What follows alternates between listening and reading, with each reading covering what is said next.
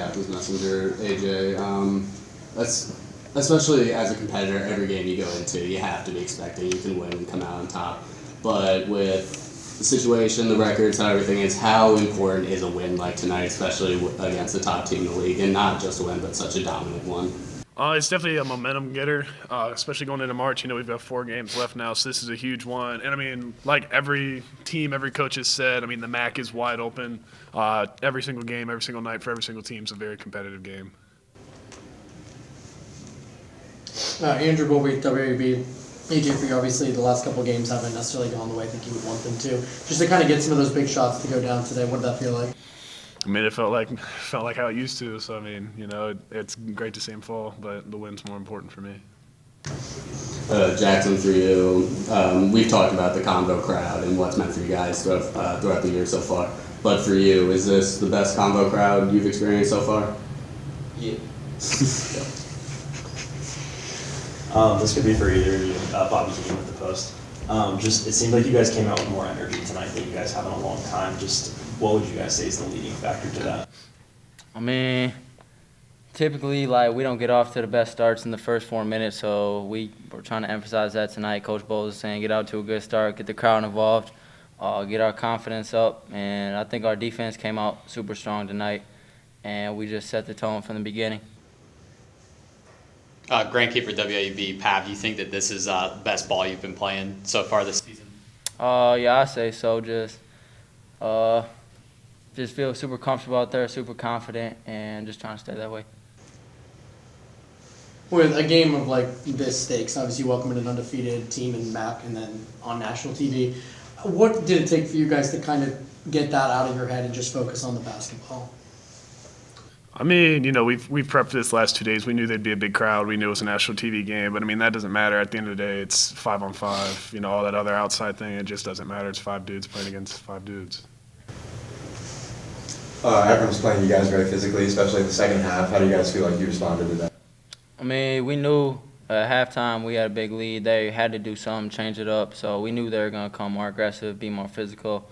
It was all about handling. I think we did a good job of handling the pressure. We only had 7 turnovers in the game, so that was a big key in us getting the lead, not turning it over. They tend to capitalize off those turnovers, and that's what they did last game. So I just think we were strong with the ball, and we were just more physical. Defensively, it seemed like you guys had maybe your best game of the season on that end of the court. Just kind of what went into that? Our scout team did a phenomenal job the last 2 days preparing us for this and their actions and OB-unders and all that, and that was definitely a huge part. Shout out for them, getting us ready for this, and that's probably the biggest part. With road game Tuesday, one of the final road games of this season, and you're coming off a big win like this, so you guys feel like you have what it takes to not have a hangover in that game. Home court advantage is extremely big in this season in particular in the conference. Yeah, we're just going to have to lock in and keep the momentum, not take anybody for granted. Even though Western, they lower than us, they still playing for a spot to try and make it to Cleveland. So we just can't let it matter to them more than it matters to us. We know it's hard to play on the road, so we're just going to go in there, do our normal prep, and be ready to go. What does a win like this just do for the confidence of your team, especially this late into February? It definitely boosted tremendously, taking down, the longest winning streak in college basketball. That's huge to be able to do that. And, stacking wins together, especially late in February going into March, is huge. Anything else? Great win for our program. National TV, what a phenomenal atmosphere. Crowd was unbelievable. Compliments to our athletic staff. I thought they did a great job. The whiteout was great. I'm sure it looked great on TV.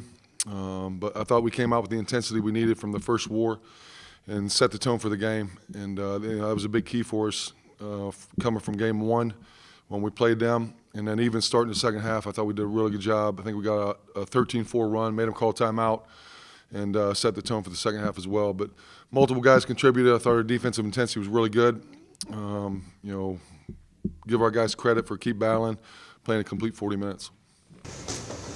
Eric Dick with the Athlete Messenger. Coach, obviously as a competitor, you go into every game expecting to win, having a full belief to win, but sometimes you do need reality to kind of see and fully kind of get behind the belief. So what does this type of win, especially at this time of the year, kind of mean to the confidence of the group?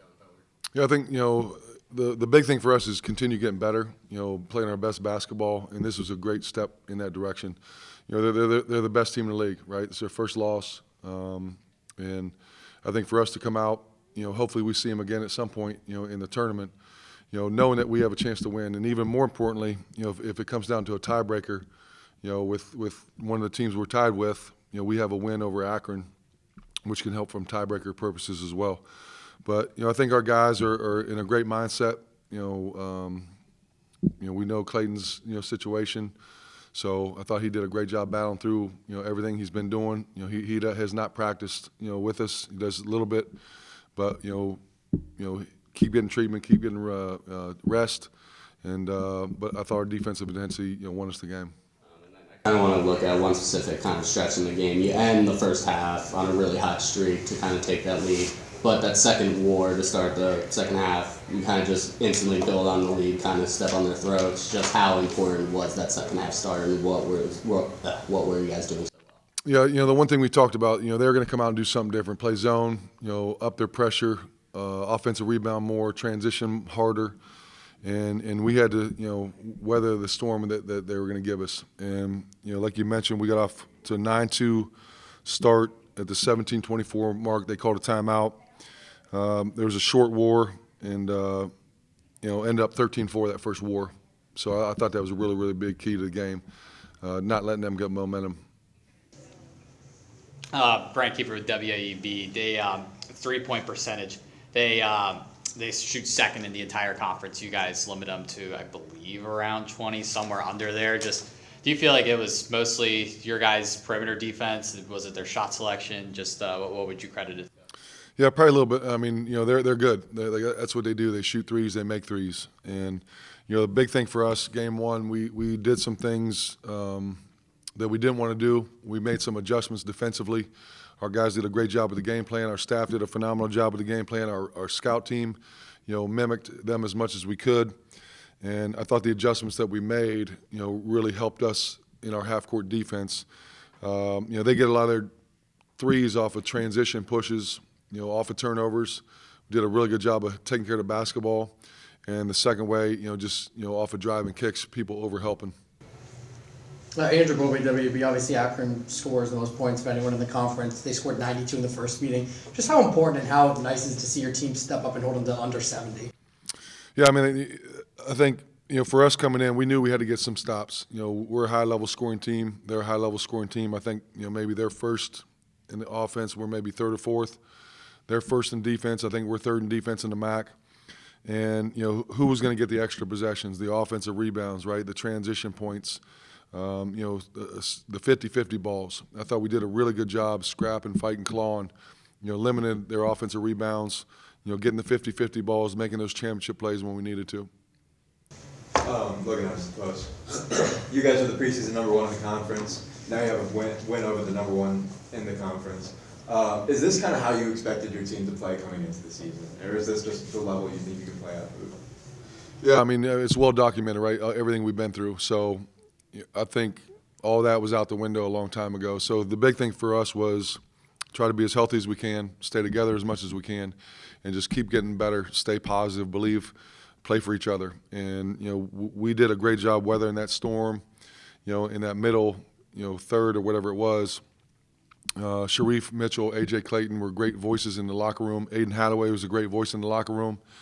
And, for us, it's just continue to get better every single day, build towards the march, those 3 games in 3 days. Bobby Keegan with the Post.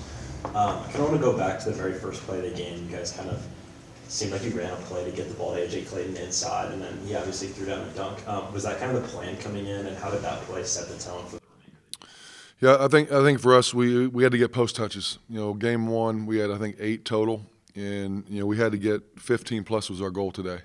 I think we got 15 plus. And, they're a really good half-court defensive team. They switch a lot when, Clayton's in there. So we have to try to utilize that to our advantage. If they double team the post, we have to utilize that to our advantage. So, a big key for us is trying to get the ball in the post. And I thought our guards did a really good job of getting it in there. objectively, you could just kind of tell there was a little bit of a different vibe in the convo today, and then we could see you throughout the game kind of emotionally kind of, calling towards the crowd, especially during timeouts and stuff. Just what was the atmosphere like today with the crowd, and just what you thought? Yeah, by far the best atmosphere. I think the Latin American group, the Brazilians, I went to dinner on Wednesday night. I saw them in there. I tried to get them to stay for one more day, but they had to leave on Friday. But I thought our atmosphere was unbelievable. I think it was the best one of the year. I'm not sure what the attendance was, pushing 7,000. And we wanted to do our part. I think it was big for us to capitalize on the crowd that we have. Moving forward, we have 2 more home games left. Hopefully, we can continue what we had today. But we wanted to do our part, and I thought we did. And it was key for us to get off to that good start to get the crowd into it. Not let them get any momentum. Even for both halves. And from the tip on, the crowd was awesome. After the last time you guys played Akron, you said the next time that you played them, you guys needed to be more physical. Just what did you think about your guys? Yeah, I thought it was really good. I thought we did a better job finishing in the paint than we did game 1. I think we shot like 30% from 2 right at the basket, which wasn't good enough. We turned the ball over too many times. And I think for us, those 50-50 balls where the shot goes up, they got 3 or 4 guys going to the boards, the ball bounces or it's loose and it's not a clean rebound, we had to come up with those. There were a lot of guys on the floor tonight both ways. The cold tub will be utilized a lot. So I thought we did a good job on that end. Akron came into the game 11th in the country in tempo, I believe, and you guys really forced them into really long possessions. They were using a lot of the shot clock. Was that the goal of defensive possessions, or you think that was more into their offensive game plan? Either way, it seemed like it didn't really work. Yeah, I think if you look at analytics, we're one of the faster-paced teams in the country as well. And, it's a big part of our offense. And then if you look at our defensive statistics, we have long possessions defensively. And throughout the course of the season, a lot of times we got in trouble, we call it head tap situations where it's 10 seconds or less on the shot clock, where we weren't doing a good enough job like locking in. So, all year long we've been in those situations. But, game 1, we were too spread out.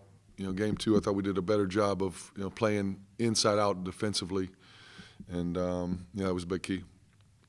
So you guys lead for 39 minutes and 10 seconds in this game. Just to control it against one of the better mid-major teams in the country, just to dominate the way that you guys did. How does that help you going forward into the last 4 games of the season? Yeah, I think like I said before, we want to be playing our best basketball, and to get a win of this magnitude against the team that's on top, it's going to come down to those 3 games in 3 days. So now we know we can beat them. Now it's a matter of finishing out strong these 4 games. Hopefully we see them at some point in the MAC tournament. And then you got to do it for another 40 minutes. But, for our guys, their positivity, their confidence levels never wavered. Their preparations never wavered. We lost a lot of close games, when we were going through our injury deal and piecemealing our roster together. And hopefully we can keep this, going day by day. You guys took 14 Akron fouls in the second half. Obviously got a little chippier down the stretch. What were your thoughts on some of those, I guess, more physical Akron plays, and how do you think the team responded?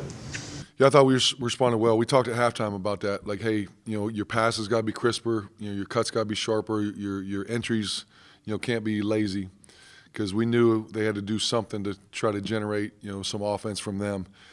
So they're going to get up into the ball a little bit more. They're going to try to steal entry passes.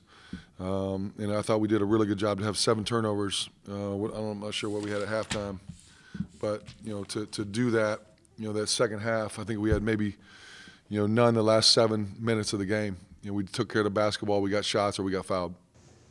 Their top 2 scorers on the season didn't really have great nights tonight. Tavari Johnson, I believe, was a minus 29 plus minus, and Nate Johnson only had 4 points. Were stopping those 2 big part of the game plan, or is it just that it ended up being that they just didn't have good games? Yeah, I mean, listen, they're really good. I mean, they're balanced. If you look at their top 9 guys, 1, 2, definitely 3 of them could start, right? So their balance is what their kind of superpower is right now, and it's not just those 2 guys, but they might be the main 2 focal points, But if you look at their points per game, from 1 through 8 or 9, it's 16 to 8, and so you can't really key on one or two guys. But I thought we did a good job making a play one-on-one. Tavari Johnson finished some in there. I don't think Nate Johnson was 100%. I think he hurt his hand pretty early, which I think affected him. But he's a really good player. I mean, if you had to pick a player of the year right now, it's probably him. Coach, what's one thing you'd say to people who didn't think that you guys could win this game coming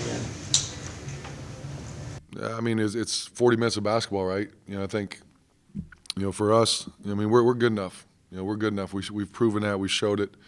Now, when you're without Hadaway and you're kind of limited with, Clayton doing what he's doing, your margin for error is a little bit smaller. You got to play a little bit better. But I thought for our guys, they believe from day one. They don't. We always talk about tune out the external noise. And whether it be your coach, uncle, aunt, relative, fans, whoever it may be, what matters most is in that locker room. And they play for each other. They're a selfless group. They're a high character group, and I think showed today. All right, appreciate everybody coming. Enjoy your night.